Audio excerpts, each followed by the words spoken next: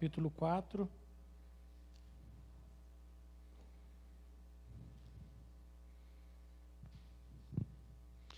Marcos 4, a partir do verso 35.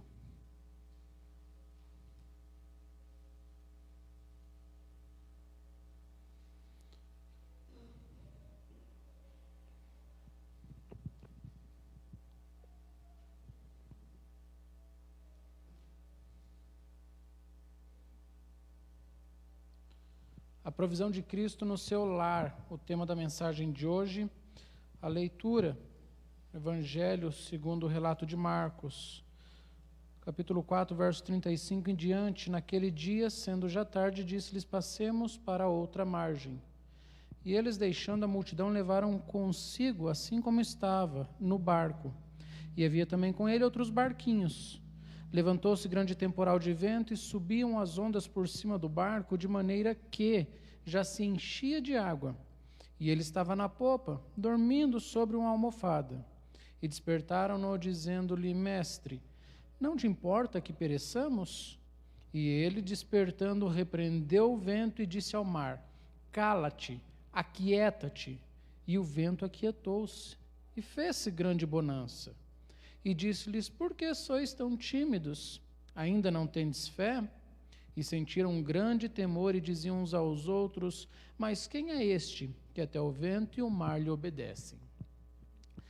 Pai querido, Santo Eterno Deus, no nome santo de Jesus Cristo, estamos diante de Ti nesta noite, Pai. Muito obrigado, obrigado pela oportunidade e o privilégio de mais uma vez nos reunirmos na Tua casa. Obrigado, Deus, porque o Senhor tem cuidado de cada um de nós. E neste momento, Deus, em especial, eu te suplico humildemente, fala conosco, fala aos nossos corações, que o Espírito Santo tenha liberdade de agir em nosso meio, que tudo que aqui for feito seja para engrandecer, para exaltar somente a Ti, somente o Teu nome. Fica com a Tua igreja, Pai, edifica-nos e fortalece-nos, é o que eu te peço no nome de Jesus. Amém. Amém. Os irmãos podem se assentar.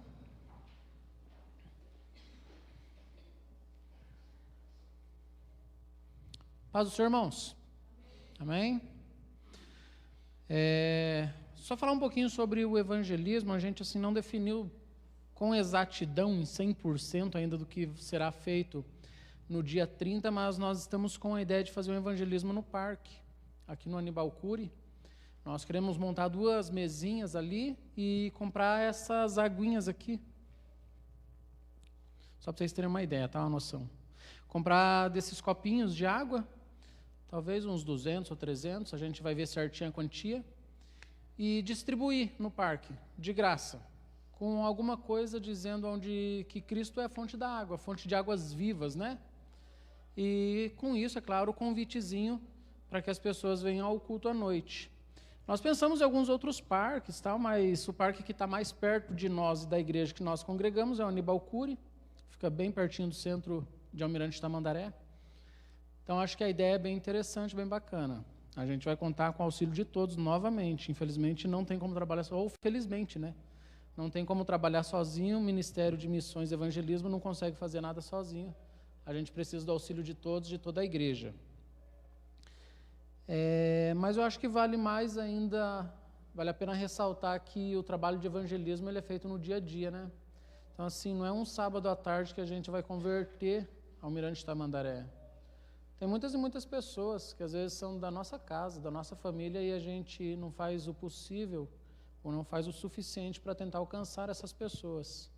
Então, acho que é muito bom a gente aprender a trabalhar um pouco no paralelo, no dia a dia, no cotidiano, para que possamos não converter, mas talvez fazê-los entender a importância de estar na casa de Deus.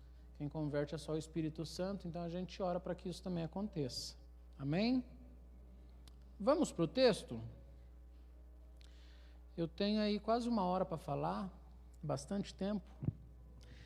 Eu gosto desse texto, hoje eu resolvi falar um pouquinho sobre família, uma mensagem que eu já preguei há muito tempo atrás, e eu gosto muito desse texto, um texto longo, que ele se estende, e ele envolve alguns relatos. Eu peguei ali o finalzinho do capítulo 4 e também o capítulo 5 todo, para falar um pouco sobre família. Porque nós temos alguns acontecimentos que, a grosso modo, não parece estar relacionado com a família em si. mas nós temos os discípulos dentro de um barco enfrentando uma tempestade. Eles chegam em Decápolis, na região de Genezaré, e ali Cristo expulsa os demônios de um homem que estava cativo no meio dos sepulcros. Ele volta para Galiléia. Na Galiléia, Jairo, um homem da sinagoga, vem ao seu encontro para que cure a sua filha. No caminho para a casa de Jairo, uma mulher de fluxo de sangue é curada ao tocar nas vestes de Cristo. E finalmente Cristo chega na casa de Jairo, a menina está morta e ele opera ali um milagre, fazendo com que ela volte a viver. Mas o que isso tem a ver com família?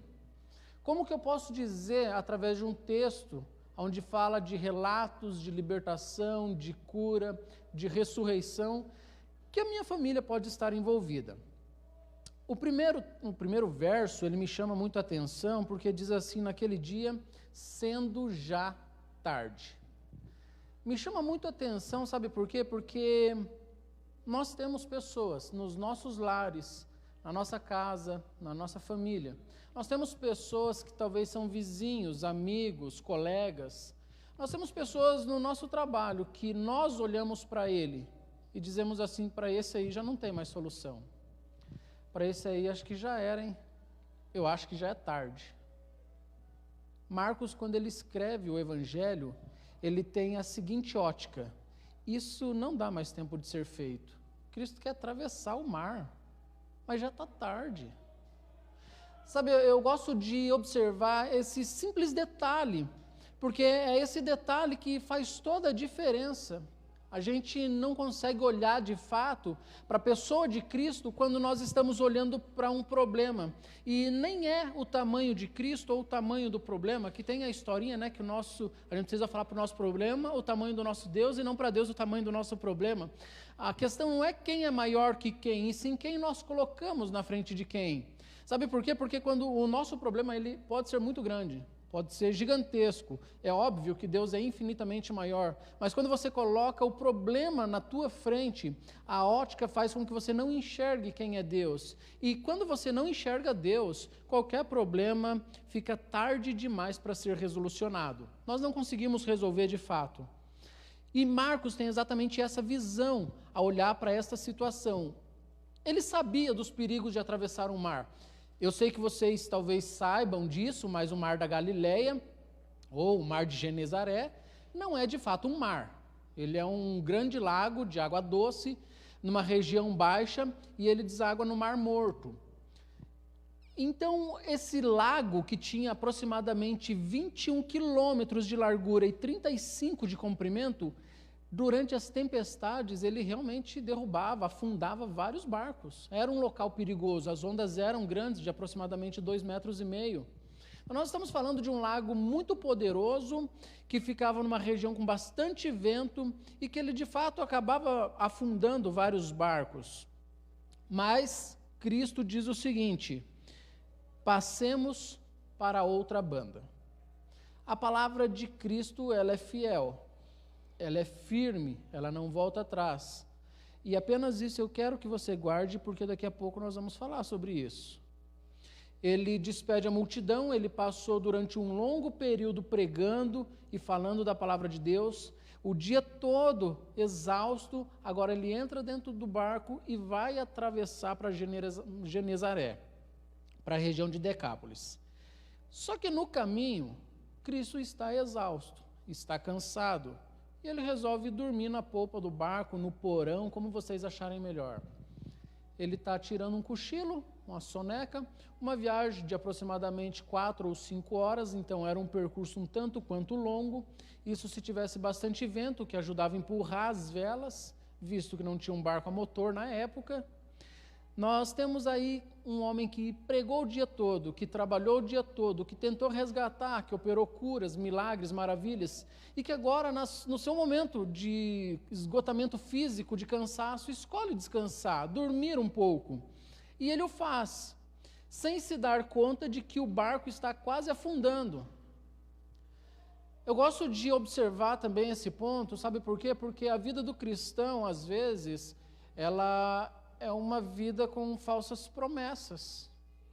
A vida do ser crente, do ser cristão, é uma vida com uma perspectiva um pouco enganosa em relação aos problemas e dificuldades que nós enfrentamos. Tem gente que acha que ser crente é estar isento de passar pelas dificuldades, pelos problemas. Tem gente que acha que ser cristão ou estar com Cristo em constante oração, em consagração, não vai fazer com que você passe por problemas, por dívidas, por problemas conjugais, relacionais, com os filhos, com as filhas, pais e mães. O fato é que existe tempestade no barco, mesmo quando Cristo está dentro dele. Sabe, no teu lar, na tua casa, eu tenho a mais absoluta certeza que Cristo vive e reina. Mas eu tenho também a mais absoluta certeza que, vez ou outra, você vai passar pelas tempestades da vida. Que os problemas vão chegar. Que as dificuldades vão apresentar a cara feia. Sabe, eu acho que isso é mais do que normal, mais do que natural. O problema, sabe o que é? Você não ter a perspectiva de que Cristo, de fato, tem que estar na frente do problema, tem que estar em primeiro plano. Você primeiro olha para Ele, para depois olhar para o problema. Eu imagino esse barco, com 13 pessoas. Se você puder fazer esse exercício comigo, fica à vontade, tá? Tinha 13 pessoas no barco, correto? Era Jesus e mais 12 discípulos. Estava rodeado com outros barcos. O texto, na sequência, não diz que os barcos permaneceram durante a tempestade, mas está o barco no meio da tempestade. As águas, as ondas estavam castigando a lateral, mas diz ainda que ele subia por cima do barco, esse estava se enchendo de água e já estava a ponto de afundar. Eu fico imaginando essa cena. 12 discípulos, um homem que estava lá dentro estava dormindo. Então esse homem não estava fazendo absolutamente nada para ajudar na tempestade. O nome dele é Jesus. Ele está dormindo. Todo mundo ali deve estar desesperado, pensando, dessa vez eu não passo, hoje eu vou para a fita. E olha lá o homem lá dormindo. Veja aí se pode um negócio desse. Sabe, olha para a tua casa, para o teu lar. Vê se não é assim. Tem problemas e situações que você olha que está todo mundo desesperado. Normalmente é o marido e a esposa, né? Tá com problema de financeiro. Tá os dois sem saber o que fazer. Um mais desesperado que o outro. E o filho está dormindo. Tomando banho de meia hora. Tá nem aí, sabe? Não ajuda não. Não é assim não, na nossa casa? É que cada pessoa é diferente. Ninguém é igual a ninguém. São 12 discípulos, a gente tem um tesoureiro lá. Quem que é o tesoureiro dos discípulos? É o Judas, Judas Iscariotes. Sabe o que Judas está pensando? Gente, isso aqui não está na Bíblia não, tá? Isso aqui é a versão atualizada do Claudenir. Sabe o que Judas está pensando? Falei, gente do céu, se esse barco afundar, o prejuízo que vai dar esse negócio, treco caro, não pode afundar não, né? Eu fico imaginando o Pedro. Pedro era um cara mais enérgico, provavelmente com um baldinho de água, juntando água, jogando para fora e vamos junto. Gente, por favor, vamos tirar água do barco. Sabe por quê? Porque Pedro era desse jeito mais enérgico, né? Eu fico imaginando o João. João era o cara da oração. João não é aquele cara que fala, Senhor, não quer que eu ore para que desça fogo e mata tudo essa cambaia? É o homem da oração. Talvez João, o discípulo amado, está ali. Deus, por favor, não deixa o barquinho afundar não, cuida da gente. Sabe, cada pessoa tem uma característica. O André é o cara brincalhão, né? Ele foi lá tirar sarro, foi falar com Cristo, ela falou bem assim, viu, você quer alimentar toda essa turma aí? Tem 2 pães e 5 peixes ali. Ele estava zoando, ele não sabia o que ele estava fazendo. Talvez agora, dentro do barco, ele está falando assim, se afundar não dá nada, eu sou um pescador, sei nadar, os outros que se lasquem. Sabe, é um negócio assim que todo mundo vai agir de maneira diferente dentro de um problema. E nos nossos lares, na nossa casa, não é diferente. Todos vão agir de uma maneira diferente. Não adianta você querer exigir que o teu marido seja como você, ou que a tua esposa seja como você, diante dos problemas, das dificuldades, das tribulações. Eu estava vendo outro dia um negócio que eu achei muito interessante. Quer ver só como é que se faz café? Todo mundo sabe fazer café aqui? Quem que não sabe fazer café? Todo mundo sabe. Se eu pegar uma caneca com água, colocar no fogão, quase cheia, quase 1 litro, tá? Eu gosto dele um pouquinho mais forte, então vou colocar 3 colheres de café dentro da caneca com água e vou ferver. Até aqui tá certo? Tá errado? Assim, Márcia? Então tá, então desculpa, diaconisa, vamos fazer diferente então, tá? Eu pego a caneca de água, coloco no fogo. Pego o filtro, coloco 3. Vocês entenderam? O primeiro jeito está errado? O segundo está errado? Vocês estão entendendo? É fazer um café, gente. Tem divergência. Agora imagina no nosso lar com resolução de problemas. Todo mundo vai ser igual? É impossível. Cada um faz de um jeito, não que esteja errado, ou o outro certo e vice-versa. Às vezes todos os modos são certos, mas eu tenho o meu jeito de fazer. E eu prefiro fazer assim porque eu acho mais fácil, mais saboroso. A minha esposa vai ter o jeito dela. E cada pessoa é de um jeito diferente. O fato é que os 12 discípulos não são iguais, muito pelo contrário, são completamente diferentes um do outro. Se você ler todos os evangelhos, a gente vai entender que eles são diferentes em absolutamente tudo. Eu acho que a única coisa que juntou essa turma mesmo foi a ação do Espírito Santo através de Jesus Cristo no dia que chamou cada um deles. Porque no resto não tinha nada a ver um com o outro.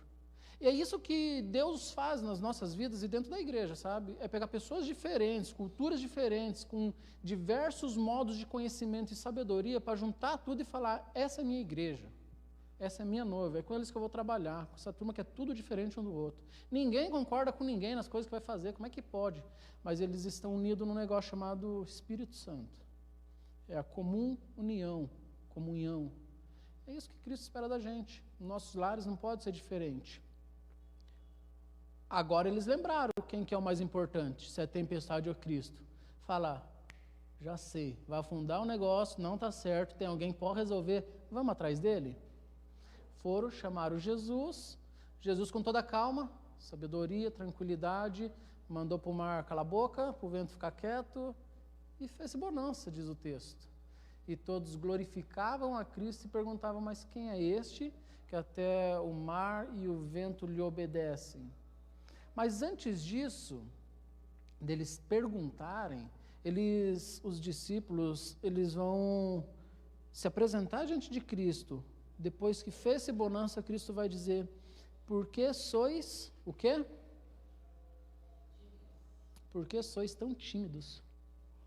A Bia disse que ia desmaiar, que ia dirigir, ia desmaiar. Você é tímida, Bia? A Bia disse que é tímida, não pode ser tímido, né? Esse tímido da Bíblia não é o mesmo tímido da Bia, tá? A Bia, ela talvez não está acostumada ainda a ficar aqui na frente e falar, isso é normal, é natural. Esse tímido da Bíblia, que Cristo usa aqui, Bia, ele fala bem assim, por que vocês estão com falta de coragem? Essa é a versão correta, tá? Quando alguém fala assim, ser tímido é pecado, não é dessa timidez aqui.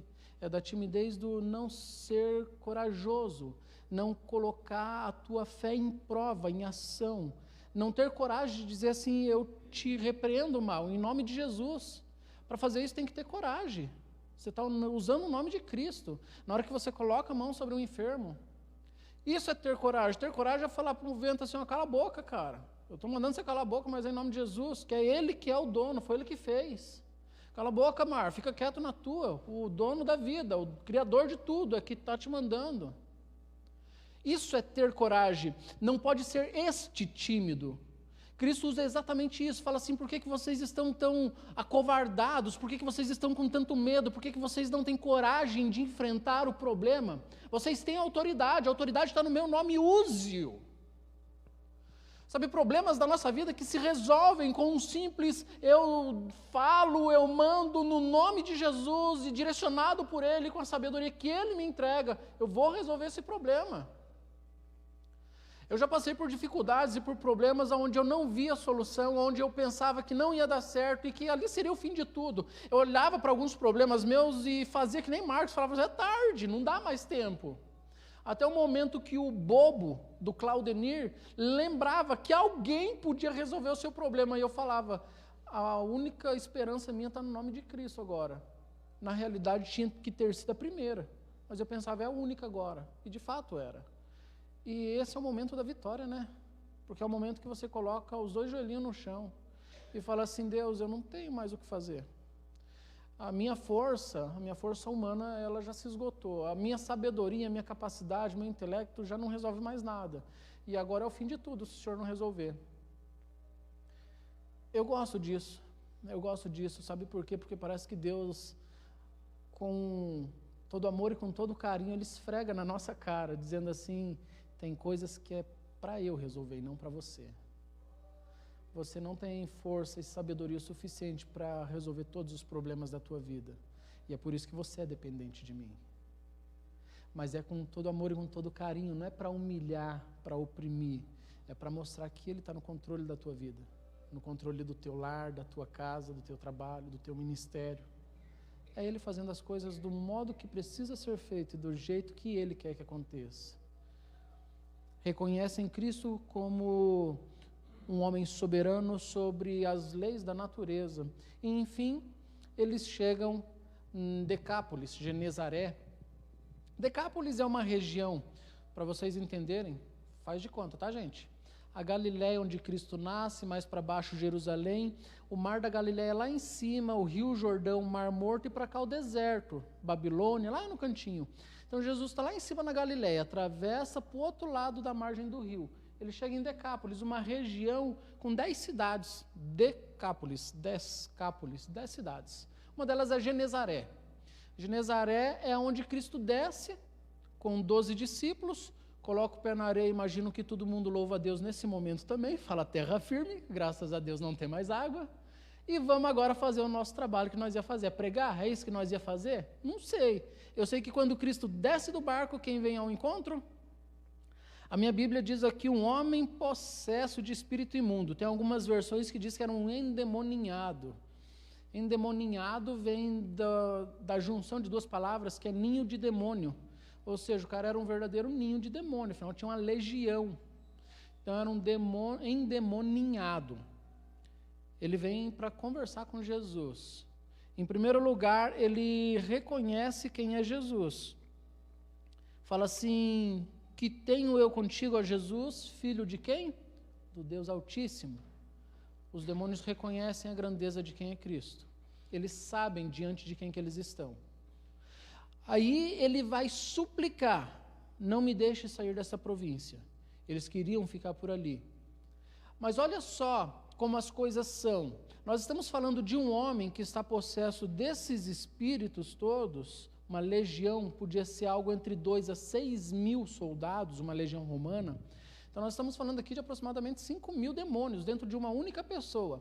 Uma pessoa que estava longe do convívio social. Sabe, agora há pouco nós vimos uma família dentro de um barco passando por dificuldades e problemas. Mas nós temos agora um homem que está vivendo no cemitério. Um homem que já tentaram prender ele com algema, com grilhão, com corrente, e ele quebrava tudo. Nós temos um homem que vive de dia e de noite, cavucando sepulcro, quebrando tumba, revirando terra. Um homem marginalizado, que está à margem da sociedade. A sociedade está aqui, ele está jogado para escanteio, está jogado na lateral. Ele já não faz mais parte da sociedade. Esse homem, ele está vivendo dia e noite só. Ele não tinha algemas físicas que o prendiam, mas ele tinha uma algema espiritual que o oprimia, que acabava com ele. E eu fico imaginando como que não está a família desse homem, sabe? Porque esse negócio de possessão demoníaca é meio recente, esse negócio de fazer exorcismo, de expulsar demônios. Não é algo tão antigo assim, a gente vai ver que começou aqui com a Igreja Católica. Algo ali em torno de 137 depois de Cristo.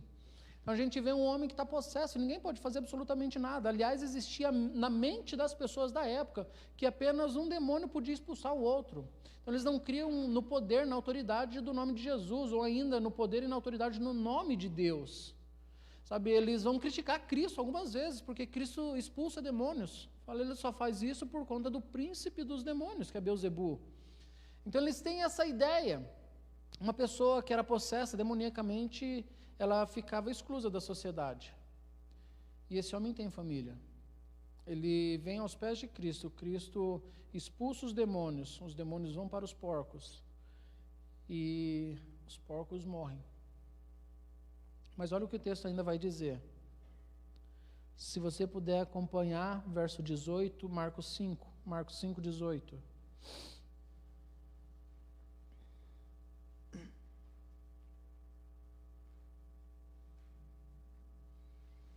Diz assim: entrando ele no barco, rogava-lhe o que for endemoniado que o deixasse ir com ele. Jesus, porém, não lhe permitiu, mas disse: vai para a tua casa, vai para os teus e anuncia-lhes quão grandes coisas o Senhor fez e como ele teve misericórdia de ti. Vai para onde? Para a tua casa. Vai para perto de quem? Dos teus, da tua família. Volta para o convívio, das pessoas que você ama e que te amam. A opressão demoníaca, nesse período nós estamos falando de uma possessão. Mas hoje o trabalho do inimigo, ele tem roubado os nossos filhos, não tem não? O inimigo, ele tem roubado, sabe, nas drogas, crianças que já nem entram mais em casa, que às vezes passam a noite na rua bebendo ou usando qualquer tipo de outra droga ilícita. Hoje o inimigo, ele tem tirado homens dos seus lares para passar a noite com outras mulheres. Tem tirado as mulheres do convívio do lar para fazer exatamente a mesma coisa. Hoje os lares estão sendo destruídos por conta da opressão maligna. Pessoas que deixam o inimigo agir, trabalhar nos seus lares, nas suas casas. Cristo, ele só quer uma coisa de nós: ele quer que você seja liberto para estar com os teus, com a tua família, teu esposo, a tua esposa, os teus filhos, os teus pais. É isso que ele espera de cada um de nós. Se você observar o tamanho da obra que Cristo faz nesse dia, é um relato muito curto, às vezes um tanto quanto sucinto, mas se você analisar os detalhes, você vê o tamanho da grandiosidade do que é feito ali. Sabe por quê? Porque, se não me engano, no capítulo 4 do próprio Marcos, melhor, no capítulo 6 de Marcos, Cristo, ele vai voltar para Decápolis aproximadamente 2 anos depois. Ele vai multiplicar os pães e os peixes, e diz ali que tinha quantas pessoas para comer pão e peixe? 5.000 homens em Decápolis. Só por ter porco nesse lugar nós sabemos que já não eram judeus. O judeu não criava porco. Ele está num território de pessoas gentílicas, que não criam em Deus, mas 2 anos e meio depois, Jesus chega ali, tem 5.000 pessoas para ouvir ele. Ele falou assim para o endemoniado: vai e anuncia quão grandes coisas fez o Senhor e como ele teve misericórdia de ti. E ele foi e começou a anunciar em Decápolis, dizendo quão grandes coisas Jesus fizera, e todos se maravilharam. Olha o que é exemplo de evangelismo. Um homem que fora endemoniado, acorrentado e aprisionado, vai sair numa região, proclamar a palavra de Cristo. 2 anos e meio depois, tem 5.000 homens, sem contar mulheres e crianças, para ouvir Jesus.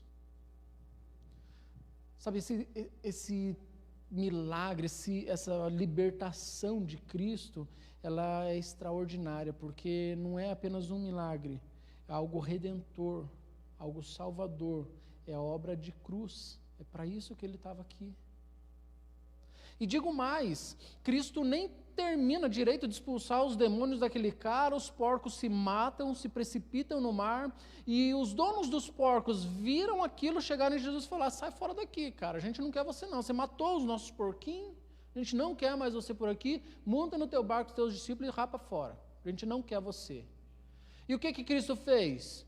Falou bem assim: não, eu vim, sofri a noite inteira, quase afundou meu barco, vou ficar?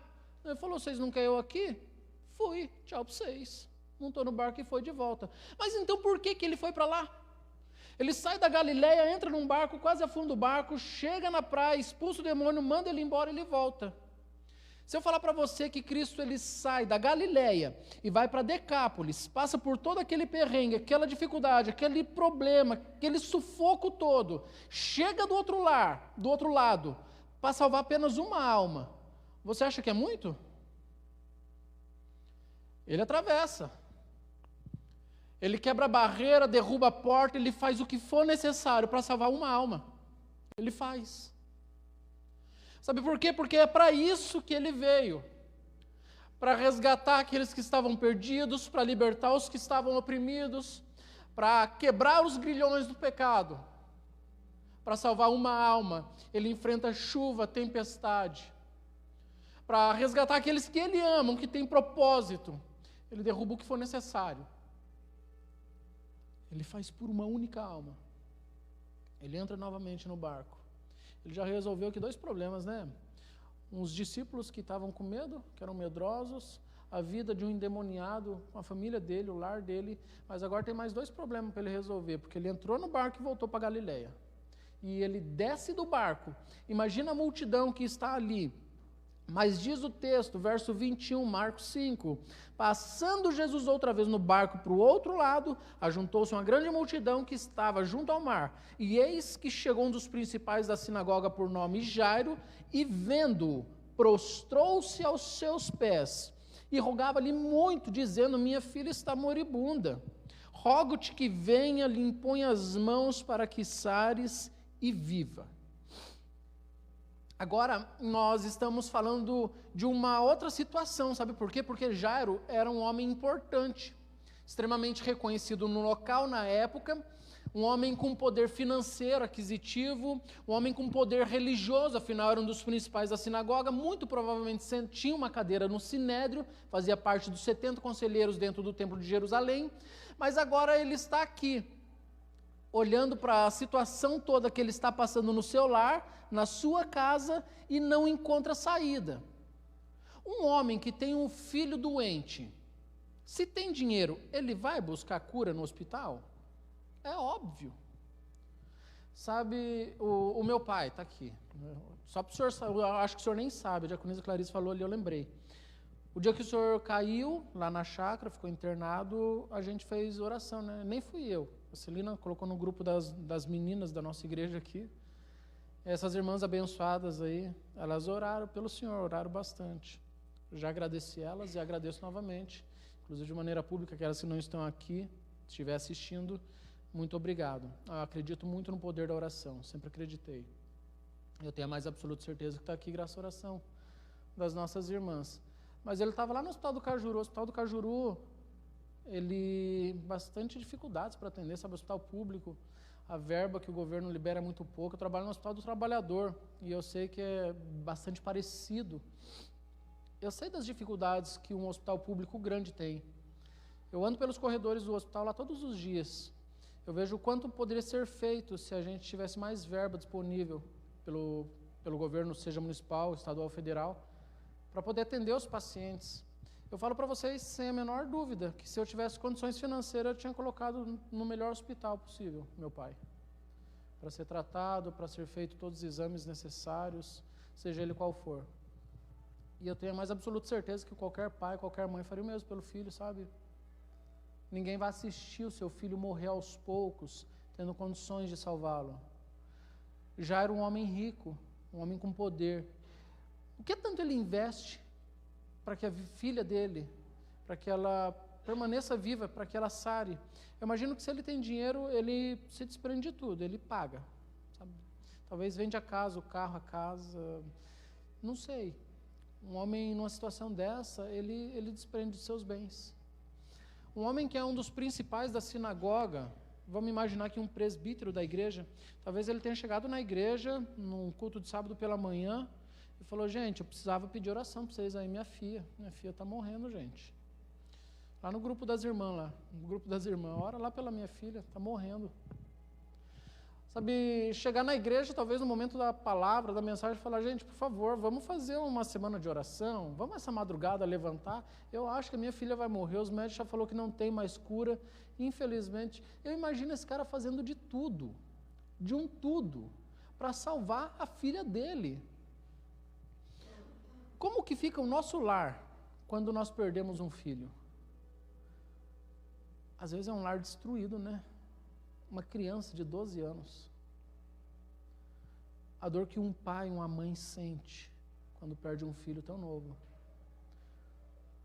Jairo não tem mais o que fazer. Ele abriu mão de tudo já. Já fez o que podia ser feito. Já correu atrás de quem não podia correr. Já deu o dinheiro que era preciso dar. E só tem uma solução. E a solução veio ao seu encontro. Veio lá de Decápolis e parou na praia, ali na Galileia. Ele fala, era tudo o que eu precisava. Ele corre, ele se joga aos pés de Cristo. Ele não se importa com ninguém. A igreja, as sinagogas, o templo em Jerusalém tinha uma grande aversão a Jesus, a imagem e a mensagem de Jesus Cristo. Mas ele, como um dos mestres, ele não tem vergonha, ele não tem problema, ele não tem dificuldade, porque ele sabe que ele precisa. Ele se joga aos pés de Cristo e o texto vai dizer que ele pede muito. A ideia aqui é da insistência, falando, Deus, eu preciso. Sabe, tudo que eu preciso nesse momento é que minha filha esteja viva, que ela permaneça viva, que ela esteja bem, que esteja com saúde. Talvez ele falando para Cristo, olha, minha esposa já nem come mais direito, perdeu 5 quilos no último mês, porque não está comendo mais. Só cuidando da minha filha, de dia e de noite. Meus filhos, irmãos da menina, também não estão podendo ir para a escola, porque eu não posso levar eles para a escola. Sabe, o convívio dentro do lar está começando a ser destruído por conta de uma doença. E é mais do que natural, é mais do que normal, porque infelizmente é isso que a doença faz, ela destrói famílias. E ele tem um problemão, e ele confia este problema em Cristo. E fala assim, Cristo, me ajuda, por favor. Cristo, de bate pronto, fala, bora lá, Jairo, eu vou resolver teu problema. E como que a pessoa está? Acelerada. Vamos, Jesus.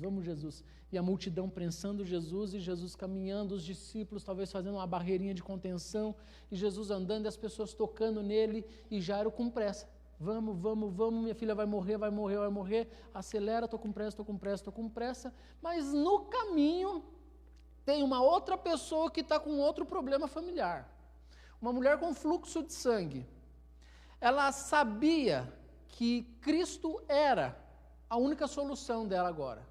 Porque ela, assim como Jairo, o texto narra, dizendo que ela já tinha vendido tudo, já tinha desprendido, já tinha dado tudo o que tinha, gastando com médicos, mas nada lhe dava proveito, ou seja, de modo algum ela conseguiu ser curada dessa hemorragia. E ela olha para Cristo e fala bem assim, está ali, não preciso nem gastar dinheiro, é só tocar na orla do manto, na barra da veste, do vestido dele, e eu vou ser curado, eu sei disso, eu tenho certeza.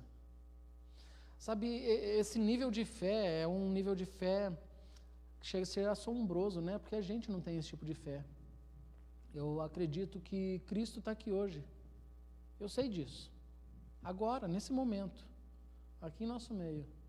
E a gente não consegue confiar desse modo, dizendo assim, hoje meu problema está sendo resolvido, porque eu estou diante dele, porque eu estou sentindo o toque de Cristo. A gente não tem. Essa mulher, ela teve um nível de fé que eu acho admirável. Ela sabia que era só tocar. Essa mulher, ela está há 12 anos sofrendo de um fluxo, de uma hemorragia, de uma menstruação, para ser mais fácil e entendível. Durante 12 anos, as mulheres que aqui estão sabem que 5, 6 dias já é tenso, né? Os homens sabem mais do que as mulheres, o quanto é horrível para nós também. As mulheres ficam com um hormônio todo mexido e temperamental, e uma hora briga, outra hora ri. Mas olha só como que a mulher sofre durante 5 dias, 6 dias, todo mês. Essa está há 12 anos. De acordo com Levítico, uma mulher no período menstrual, fluxo de sangue, ela não podia ser tocada. Ela estava sem um toque, sem um abraço de um filho, de um esposo, de um pai ou de uma mãe, durante 12 anos. Durante 12 anos, ela não podia tocar em absolutamente ninguém, porque ela podia ser, inclusive, apedrejada se ela fizesse isso, até a morte, porque ela estava contaminando as pessoas. Se essa mulher tem um filho, como é que vocês imaginam que está o coração dela em relação a isso? 12 anos sem poder abraçar o filho. Como que está o coraçãozinho dela, o desejo, a sede pelo toque, dar um abraço no esposo, no pai, na mãe. Essa mulher, ela está exclusa do convívio familiar, está exclusa do convívio social. A Bíblia diz que ela não podia sentar num banco, e nesse mesmo banco, se outra pessoa sentasse, essa outra pessoa estava contaminada. Então ela tinha que escolher o lugar onde ela ia sentar, para não sentar perto das outras pessoas. Sabe, uma pessoa que talvez estivesse há muito tempo triste, querendo um toque, um abraço, mas ela entende que para resolver esse problema dela, esse problema familiar, ela precisa de alguém. A gente se acovarda, a gente é tímido demais em alguns momentos da nossa vida, nós não ousamos. Ela sabia que se alguém a denunciasse, ela seria apedrejada, mas ainda assim ela escolhe tocar em toda a multidão, passar pelo meio, empurrar todo mundo, contaminar todo mundo, deixar todo mundo imundo nesse momento, apenas para alcançar o seu objetivo, que era uma cura. Além da cura, ela queria ter novamente um abraço. Ela queria novamente viver normalmente, como todo mundo vive. Ela rompe a barreira, ela atravessa a multidão, ela se expõe, mas ela toca na orla, ela toca nas vestes de Cristo. E diz o texto que no mesmo instante ela sentiu que foi curada daquele mal. Sabe, a cura de Cristo, a cura divina, ela é algo que você sente. Não é algo que a medicina precisa comprovar. Tem pessoas, a minha mãe, ela um dia contou um testemunho. Ela contou acho que em uma ou duas igrejas só. Ela não contou muito.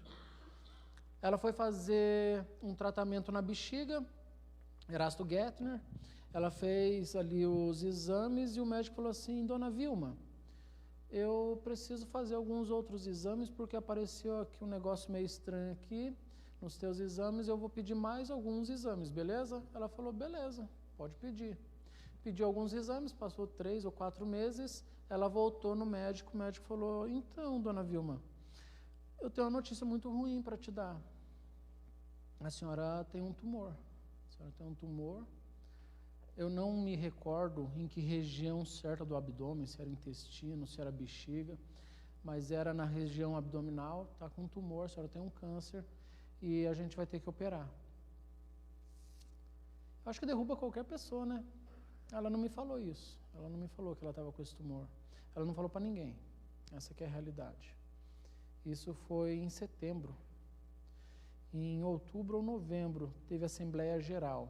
Ela estava fazendo teatro de mãos, o pessoal aqui do Prado Velho, a nossa igreja, e ela foi convidada para apresentar o teatro de mãos lá em São Paulo, em Sumaré, na Assembleia Geral da Igreja Adventista da Promessa. Ela foi. Ela foi e lá, ela falou bem assim, hoje Deus vai me curar. Ela apresentou o teatro de mãos. Foi algo lindo. Eu vi os vídeos. Foi incrível, tal. E no final, o pessoal do grupo ali se reuniu para orar. E ela disse que sentiu, no momento da oração, depois da apresentação, que Deus tirou com a mão. Já fazem aproximadamente uns 6 ou 7 anos isso. Está lá minha velhinha, viva, firme e forte. Sabe por quê? Porque você sente quando Cristo, ele pega o teu problema e ele... É isso que Cristo faz com a gente. É isso que aquela mulher sente quando ela toca nas vestes de Cristo. Ela fala, eu estou curada. Cristo pergunta quem foi, ele já sabia, obviamente, com tantas pessoas o oprimindo, ele podia falar bem assim, por que você fez isso? Você me deixou impuro. Não podia. Podia apedrejar ela.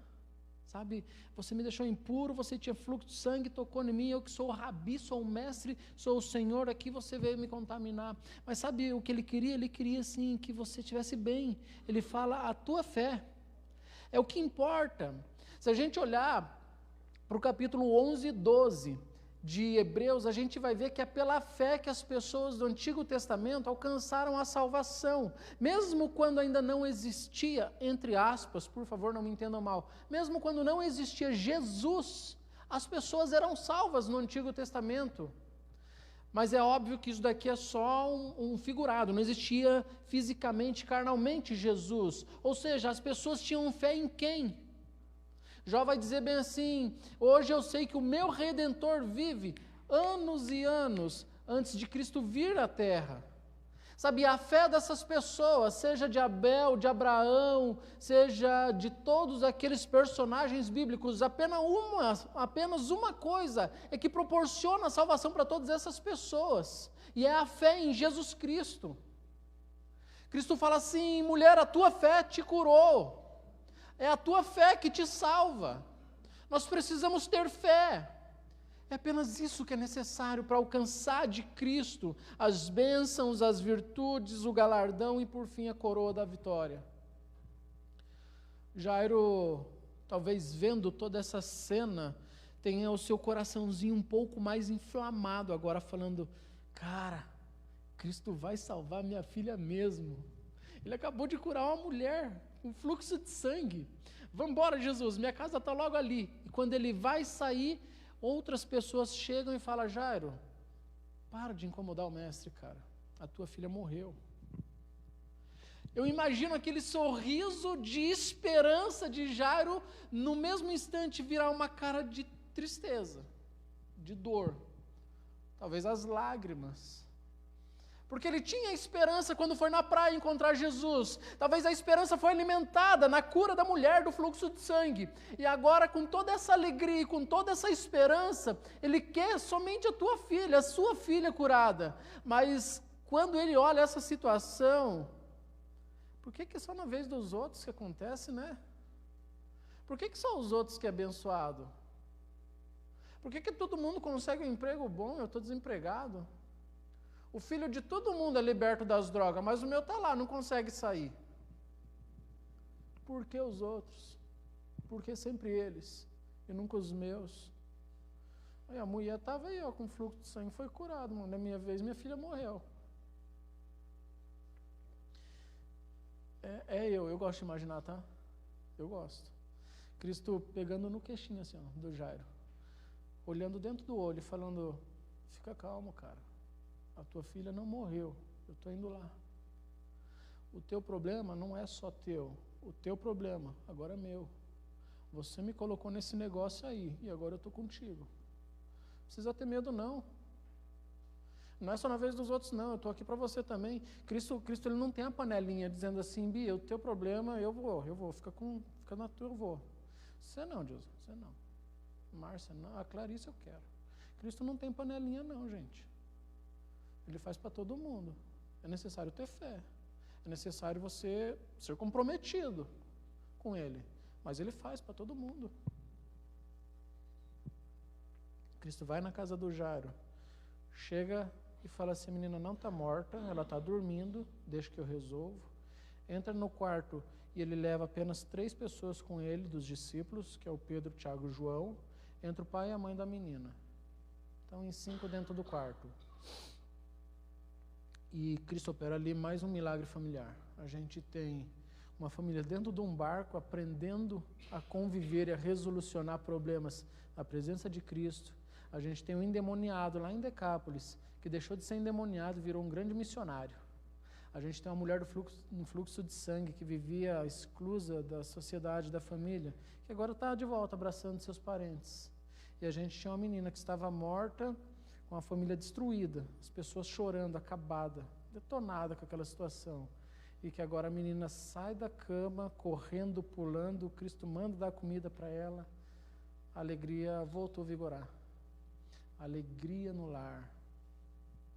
Nós cremos num Deus que restaura a família, que cura problemas e dificuldades. Nós cremos num Deus que está mais do que somente nas nossas vidas, mas está dentro da nossa casa. Você crê nisso? Amém? Vamos ficar de